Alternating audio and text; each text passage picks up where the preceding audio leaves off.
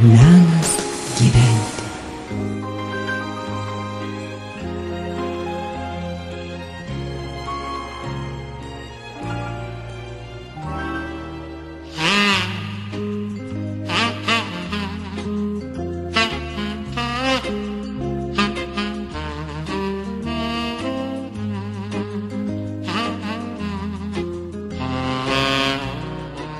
Dvi moterys, Lietuvos miškai, kelios knygos, sodyba Palangoje, vaikų vasaros stovyklos, didžiulė meilė miškui ir gamtai. Toks būtų trumpas šios laidos anonsas. Kaip jau minėjau, laidoje bus dvi moterys ir kalbės viena apie kitą.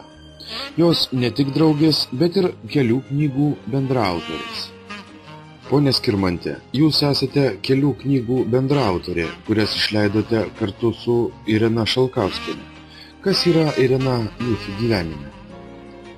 Mano gyvenime, mes nelabai seniai susitikom, bet susitikom labai tokiu, man beveik kritišku tokiu momentu, tokiu laikotarpiu tokiu. Buvo labai neseniai miręs mano vyras po labai sunkios ligos, po tos įtampos, tokios, po tų visų slaugimų. Ir kai jis mirė, man liko tokia tuštuma, visiška. Atrodė, kad aš jau čia nebeturiu ko veikti. Aš jau nežinau, ar man reikia čia jau keltis, ar dar galiu gulėti, nes aš nebeturiu ko veikti. Ir staiga tas likimas mus kažkaip suvedė. Ten tada jinai leido tą antrą dar knygą, Miškas ir mes. Ir nutarė, kad kai kada praeina klaidelės, ten dar kažkas. Tai pasikvietė mane paskaityti paskutinę jau tą korektūrą. Tai būna, pas mus tai vadindavo redakcijose šviežia galva, kuris jau paskutinis perskaitė, tada drąsiai atiduodamas spausdinti. Nuo to ir prasidėjo, ir jinai mane nepaleido, ir taip įtraukė mane į savo tuos miškus, ir aš pasilikau, ir dabar jau kelintą knygą, tai bendraujam, bet tai labai gera man bendrauti, jinai yra labai tolerantiška, labai tokia, nes smulkmenų nepripažįsta, jai viskas gerai. Svarbu, kad žmogus dirba ir žmogus kažką tai padaro. Ir aš kai kada tai dar ir panikuoju. Sakau, oi, gal bus blogai, oi, gal pavėluosim, laiku neišleisim. Sako, nesirūpink, sako, viskas bus gerai. Taip ir būna, bet daugiausia ir širdies, ir darbo, ir netgi galiu pasakyti, prakaito išliejau. Bet tai va man jinai yra kažkokia tokia artimesnė už visas, bet Pernykštė irgi labai gera buvo knyga. Ten buvo apie regioninius parkus ir tuos visus nacionalinius. Žinoma, ten labai daug padėjo Rūta Baškytė, ta direktorė departamento to nacionalinių parkų ir regionų visų tų. Tai jinai padėjo tą medžiagą organizuoti,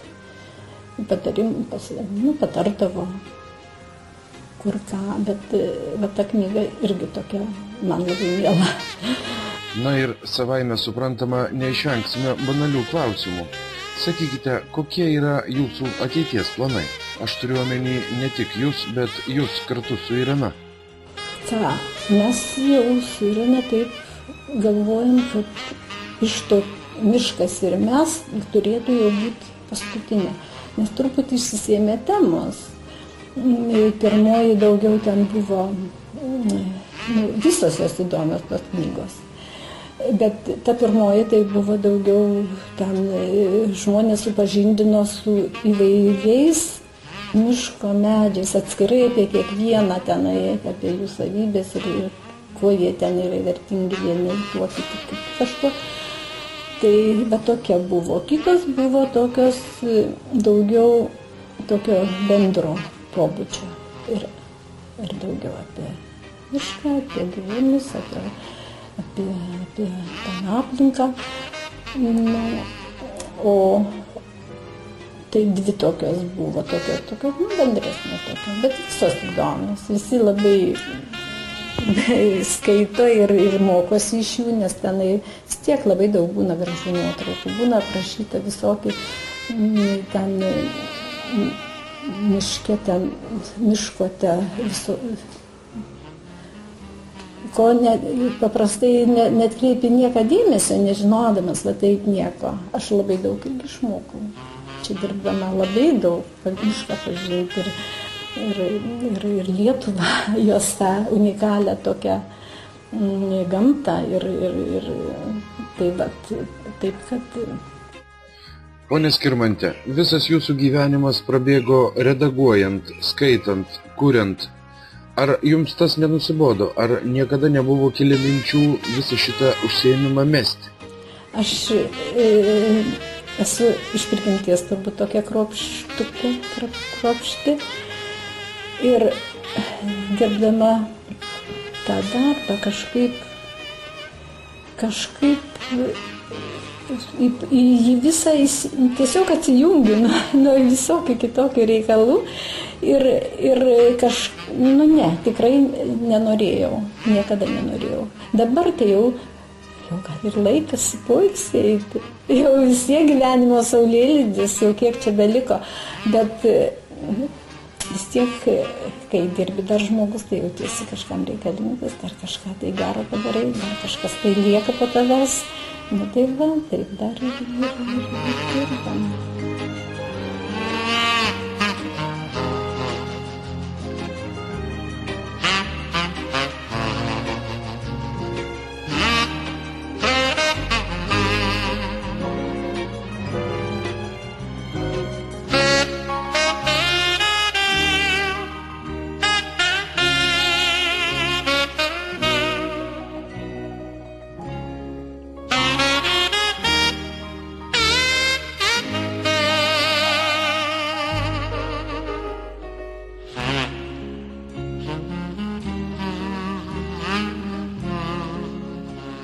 Gyvenimas suvedė su Skirmante Smaigiene. Tiesiog buvo atsitiktinumas. Tema, tarštai. Bet jinai, tai yra tas žmogus, kuris labai jaučia gamtą, jaučia meną, literatūrą.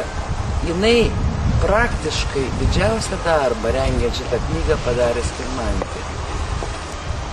Parinko poeziją, derino viską. Aš dabar gyvenu Palangoj, jinai gyvena Vilniuje. Aš nepaprastai esu dėkinga šitai moteriai, šitam nepaprastai darbščiam ir atsakingam žmogui. Ir praktiškai šita knyga, kaip aš sakau, yra Skirmantės. Bet šitą labai norėčiau pabrėžti, kad visi žinotų, kad matytos kartos žmonės tik tai šitaip gali daryti darbą.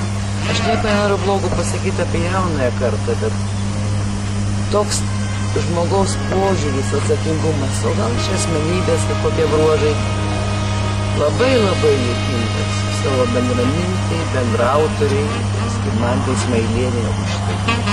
Ačiū.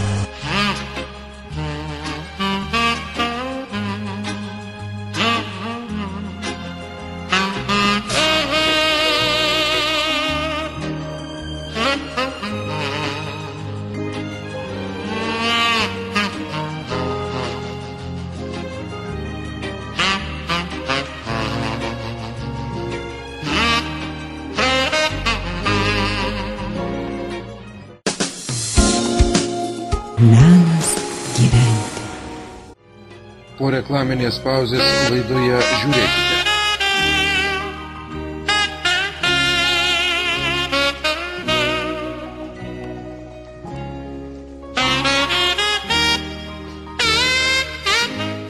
Ir kai mano Mantas, sūnaus, reiškia, mano Mikėlis pasako, man jau nusibodo apie miškasodį darželis organizuoju. Darželiam jau mokyklom aš dabar organizuoju.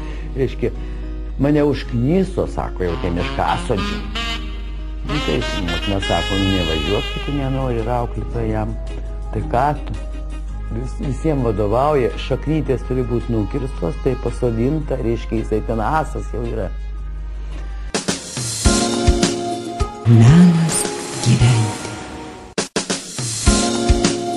Menas gyventi.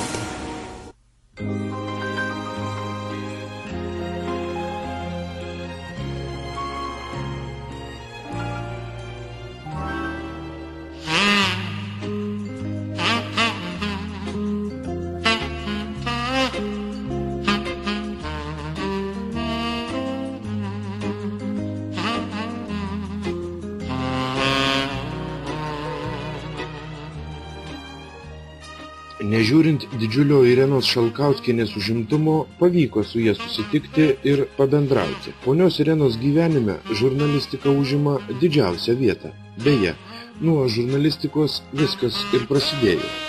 Irena parašė straipsnį, po kurio ji buvo pakviesta dirbti į tuometinę miškų ministeriją. Taip likimas lėmė, gal čia Dievo, kaip sakyti, valia, kad man tai pasisekė, aš sykį atvažiavau, apskritai atvažiavau savo privačių miškų reikalais. Kretinga. Mano vyro čia tėviškė, amžinatilsį Antano Šalkausko. Užvažiavau pas miškų rėdą Antaną Baranauską, Kretingos miškų rėdą, pasitarti, jisai sakė, aš neturiu laiko su tavim šnekėti. Man yra pasitarimas Palangoje. Suvažiuoja visi miškų rėdai, atvažiuoja ministras Vasiliauskas, Albertas profesorius, ir sako, aš važiuoju. O aš tada dirbau dienos redakcijai. Ir aš paprašiau rėdos, gal galite mane pasiimti kartu. Aš labai norėčiau paklausyti, apie ką ten bus kalbama. Man tada pasakė Baranauskas šitaip, kad ministras labai nenorėjo, kad būtų žurnalistų. Aš sakau, aš nieko blogo nerašysiu, aš tik noriu paklausyti ir žinoti, kas dabar darosi. Diena buvo labai įdomi, mes tada važiavom, reiškia, į uostą. Ten buvo pakrauti laivai. Spaudoje mirgėjo straipsniai apie tai, kad Lietuvos, reiškia, miškininkai išveža medieną, parduoda už dolerius, reiškia, kad Lietuvos medienos pramonė neturi žaliavos ir taip toliau. Man buvo įdomu. Ir aš pamačiau, kad ministras Vasiliauskas pasėvės peiliuką, reiškia, tuos medžius pradėjo krapštyti. Aš galvoju, ką jis čia daro. Jis man paaiškino, kad man urėdai sako, kad yra Kiniai varpo sugriauti medžiai. Tada buvo po Kinių varpų invazijos ir buvo labai smarkiai kertami Lietuvos miškai. Aš tikrai noriu pažiūrėti, jisai sako, ar čia tikrai jie sugriauti tie medžiai, kuriuos reikia kirsti. Ir mane sudomino kažkaip tas klausimas, mes parvažiavom, pradėjom diskutuoti. Ir jisai sako, reiškia, ta problema buvo, aš iš tikrųjų toks žmogus, kaip sakyti, nesu labai imlus, tai visą informaciją visų sričių, kaip ir visi žurnalistai. Bet man pasidarė įdomu. Ir aš pradėjau tada sekti, pasižiūrėjau spaudą, kas buvo spausdina ir kas čia darosi. Ir tada aš paskambinau ministrui ir sakau, aš parašysiu straipsnį, sakau, man įdomu yra. Ir aš jį parašiau. Ir labai ministrui patiko. Jis tada man paskambino ir sako, ar jūs nenorėtumėte dirbti pas mane ir spaudos atstovę. Jis reikia kalbą skirumą. Šitą ir aš tą dirbau pasirinkti tą Railo dienoj, bet jau buvo, kaip sakyti, riba ėjo redakcijos naikinimo ir aš sakau, aš pagalvosiu. Visos redakcijos, visi bankai jau turėjo spaudos atstovus, ministerijos, visi žemės, mūsų miškų ministerija neturėjo spaudos atstovų. Tai va, reiškia, ir mane jie priėmė, reiškia, mes pasirodžiau sava. Mane priėmė ir aš ten pradėjau dirbti. Dirbau aš tai ministerijoje pusę metų ir tada vyko organizacija. Andrikinė užsireikė klausyk šitų rūmų, statytų miškininkų lėšom, miškininkų pastangom prie Seimo ir jinai, reiškia, norėjo pasimti, įsteigti savo tą Europos ministeriją.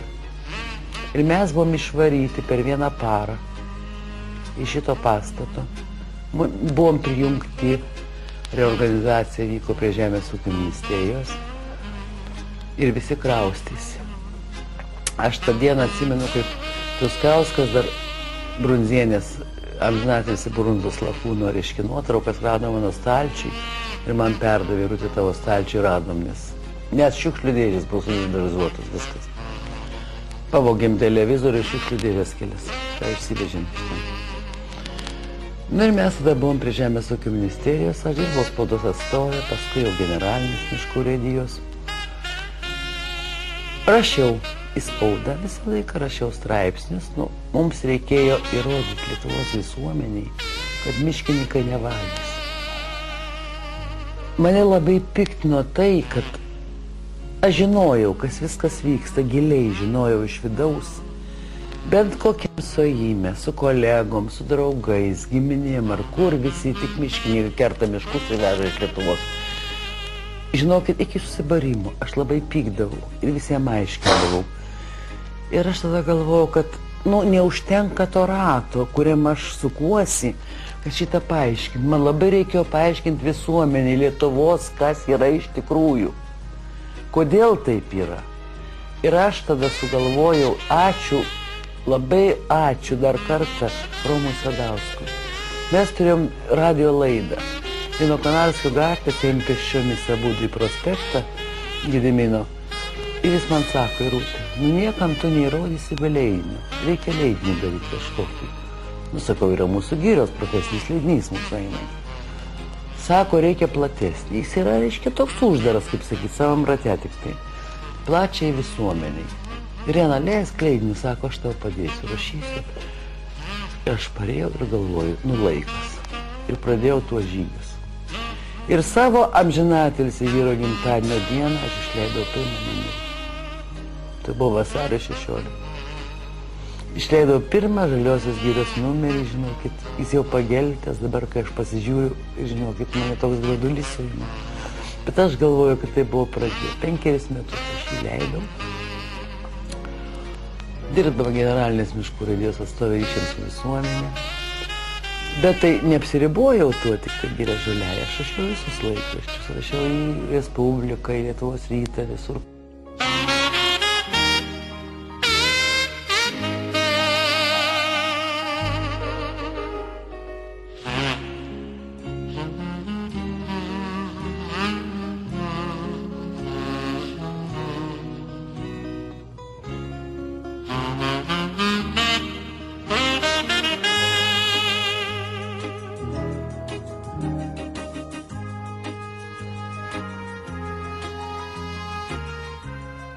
Kai man sukako 55 metai, kada, reiškia, tokio amžiaus moteris tarybiniais laikais išeidavo į pensiją, man kažkaip toptelėjo mintis, kad aš dariau ne tą, ką man reikia.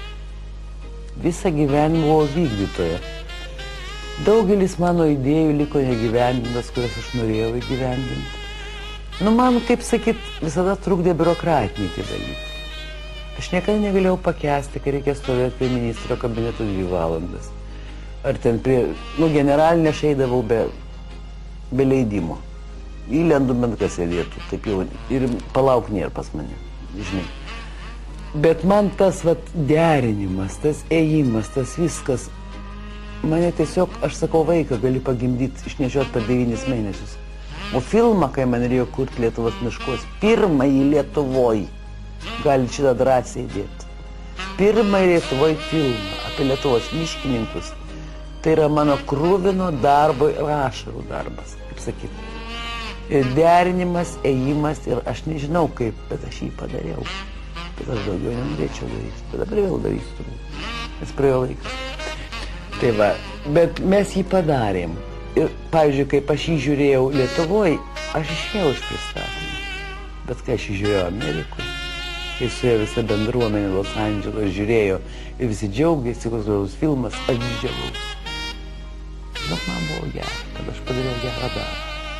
Ir velniai su juo, kaip sunku buvo. O toliau ką? O toliau reiškia, galvoju, kažkaip čia reikėtų, tą Lietuvą parodyti pasauliui. O mintį tarp kitą, Skirmantė, aš dabar galvoju, kas davė. Ambasadorius Ušackas tada buvo Amerikoje. Ir mes Los Andželė su juo susitikom, jis tai pavartė mano tą leidinį ir sako, Riutėlė, tugi, sako, atstovė ryšiams su visuomenėsi, generalinė miškų urėdija, tugi, sako, išleisk tokį leidinį, kad aš galėčiau, aš dabar pas visus, sako, senatorius važinėjau per valstijas, man reikia pristatyti Lietuvą. Ir aš, sako, nieko neturiu, aš turiu bažnyčias, aš turiu tą, ko mes turtingi? Mes turtingi gamta Lietuvos, o mes jos neturim. Aš tada paskambinau sūnui, jis buvo Japonijoje. Sakau, Sonyti, jeigu aš tokį, sakau, projektą pradedu klausyt leist knygą, tu mane paremtum. Nu, mam, šiandien turiu pinigų. Sakau, ne šiandien, sonelis, sakau. Nu, mam, daryk. Grįžau iš Japonijos ir sako, mam, lauk. Iš tos generalinės ir tu simk savo veiklą, aš tau padėsiu. Aš taip ir padariau. Ir aš išėjau iš tos generalinės urėdijos, įsteigiau viešą įstaigą Žaliosios girios. Ir tada sumaniau tą rudens dieną, važiuodama į Ukmergę, kad reikia išleisti Miškas ir mes tokią knygą. Parvažiavus ėmiaus darbo. Ponia Irena, kiekvienais metais išleidžiate po knygą, kurioje pasakojate ne tik apie miškus, bet ir apie žmones, kurie juos prižiūri. Ir man žmogus miškininkas tai yra pats gražiausias žmogus. Aš iš tikrųjų 10 metų šitą sistemą pradirbusi. Aš juos pažįstu. Kai aš atėjau dirbti į miškų žinybą, jų buvo 15 000, paskui pasidarė 10, paskui 9, dabar 5 liko dirbančių etatinių darbuotojų. Nes mažino, ten visokie vyko pertvarkymai. Bet tai yra nepaprastai dvasingi žmonės. Aš galiu šitą pasakyti labai atvirai visai Lietuvos visuomeniai. Mane yra po Vėjovartų, kai aš nuvažiavau į Tauragės miškų urėdiją. Per griovius mane vyrai nešė ant pečių, aš nelengvai sveriu, žinau. Bet kaip jiem buvo svarbu, jie man rodė, kad išliko, reiškia, gandro lizdas. O kodėl jis išliko? Išvertė visus medžius miške ir stovi vienas medis, nes jame yra gandro lizdas. Nes gamta, gandras pasirenka tokį medį, kokios audros jokios nešvers. Antanas Zelenkauskas. Šis žmogus yra ne tik Irenos bendradarbis ir bendražygis, bet ir draugas ir būsimas vyras. Aš ją pamilau ir mūsų, kaip sako, sukūrėm šeimą. O kaip žmogus, jinai tikrai labai, labai geras žmogus, labai kūrybingas ir šitai ir jautrus ir nežinau, kaip galima dar tokių gražių žodžių pasakyti apie ją.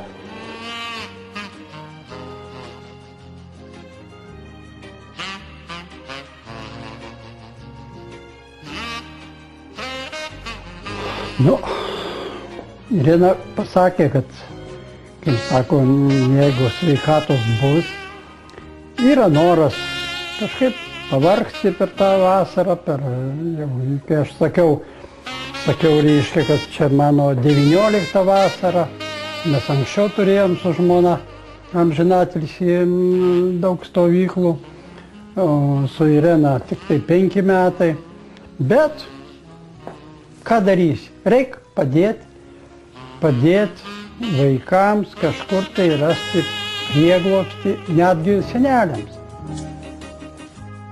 Jūs esate ne tik žurnalistė, ne tik leidėja, esate tuo pačiu ir žmona, ir močiutė.